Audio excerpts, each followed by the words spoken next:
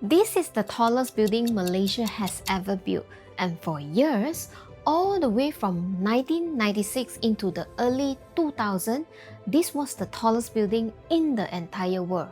But here's the part almost nobody talks about. Right around the time this building was being finished, Malaysia was going through the worst economic crisis in its modern history. So how did this country end up holding the tallest building on earth at exactly the wrong time? Let's go through the real story, and I promise you, it starts somewhere you will never expect. Before this was KLCC, this whole area was a horse racing track. It's called the Selangor Turf Club, and it had been sitting on this exact spot since 1896. We are talking about 70 acres of race course right in the middle of what is now our city center. Back then, this was actually a proper social hub too. Colonial administrators, Malay royalty, and the local business elite would all come here for race day. So for almost 100 years, if you told someone in Kuala Lumpur that one day this land would hold the tallest building in the world, they probably wouldn't have believed you. As this city grew bigger over the years, this piece of land became too valuable to stay as a race course. So in 1988, the decision was made to relocate the turf club out. It took a few years to build their new home in Sungai Besi, and by 1993, right as construction on these towers was starting, the club had fully moved out. In 1992, then Prime Minister Dr. Mahathir announced the KLCC master plan as part of his bigger Vision 2020 push to bring Malaysia to developed nation status. This wasn't just about building an office tower. The idea was to create a national symbol and a headquarters worthy of Petronas as the country oil and gas company. Planning for the towers themselves started on the 1st of January 1992, and by March 1993, excavation work had already begun. Here's one of my favorite parts of the story.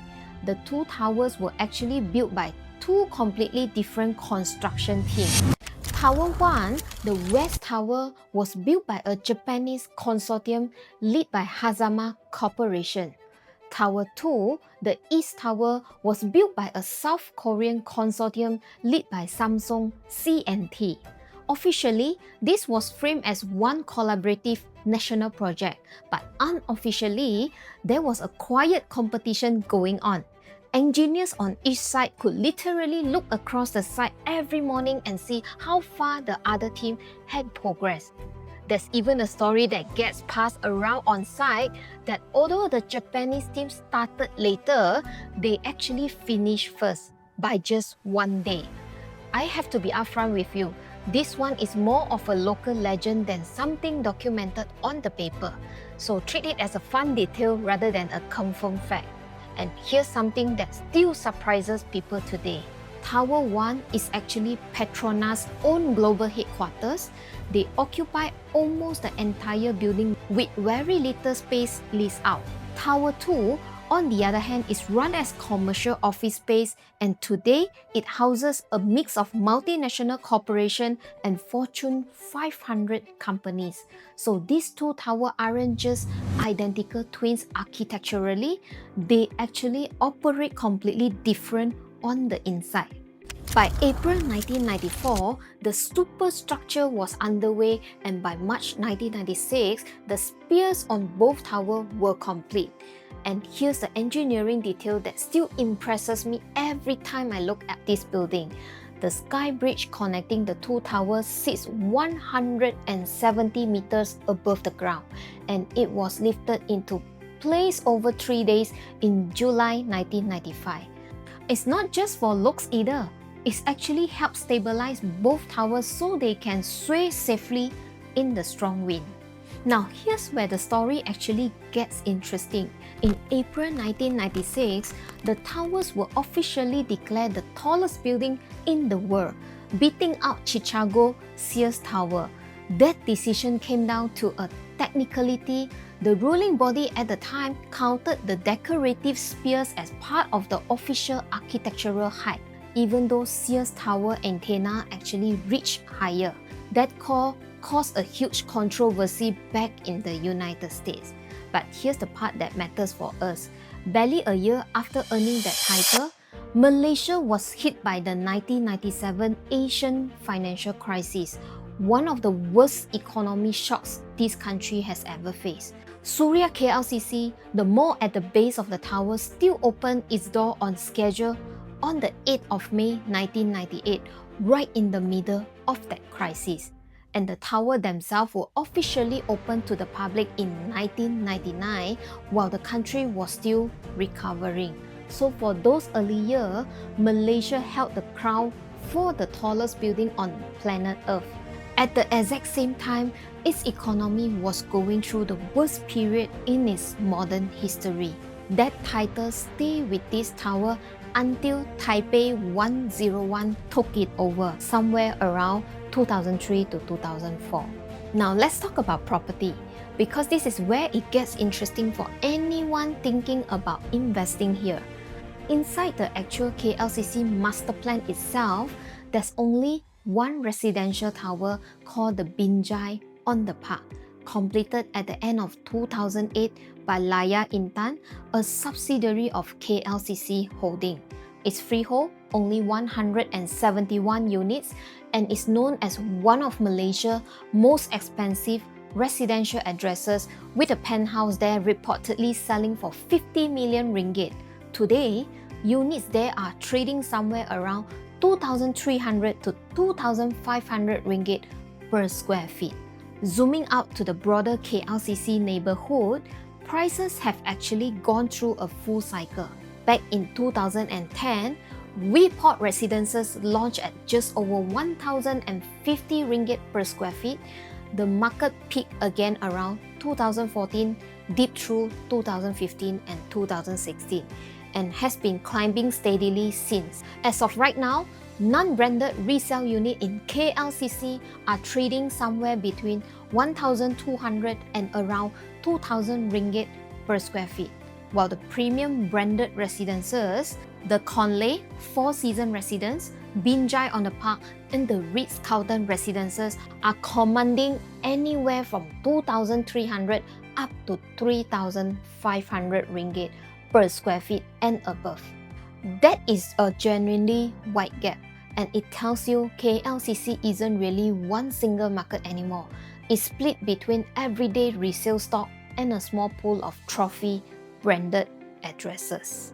So what does KLCC actually look like today, beyond the towers themselves? This area now hosts over 200 multinational companies across more than 15 Grade A office towers.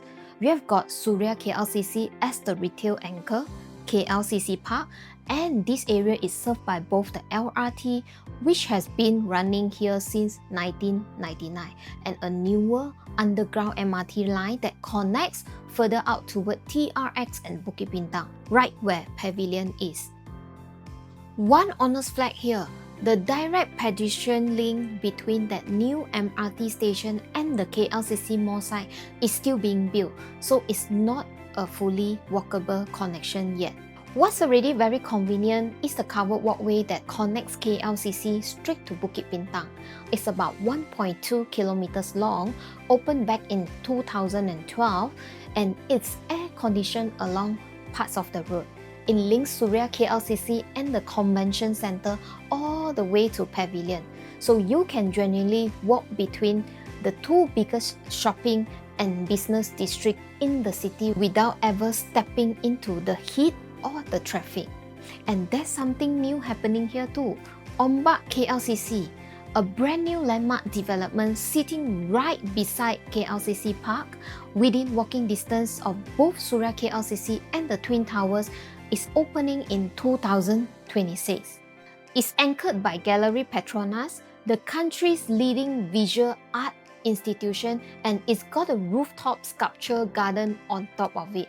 One more number worth knowing, As of the tower's 25th anniversary in 2024, the observation deck had welcomed 7.5 million visitors since it first opened its door in 1999.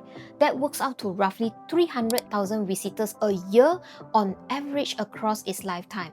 Compare that to today, where ticketing is running near full capacity with over 2,000 visitors passing through in a single day.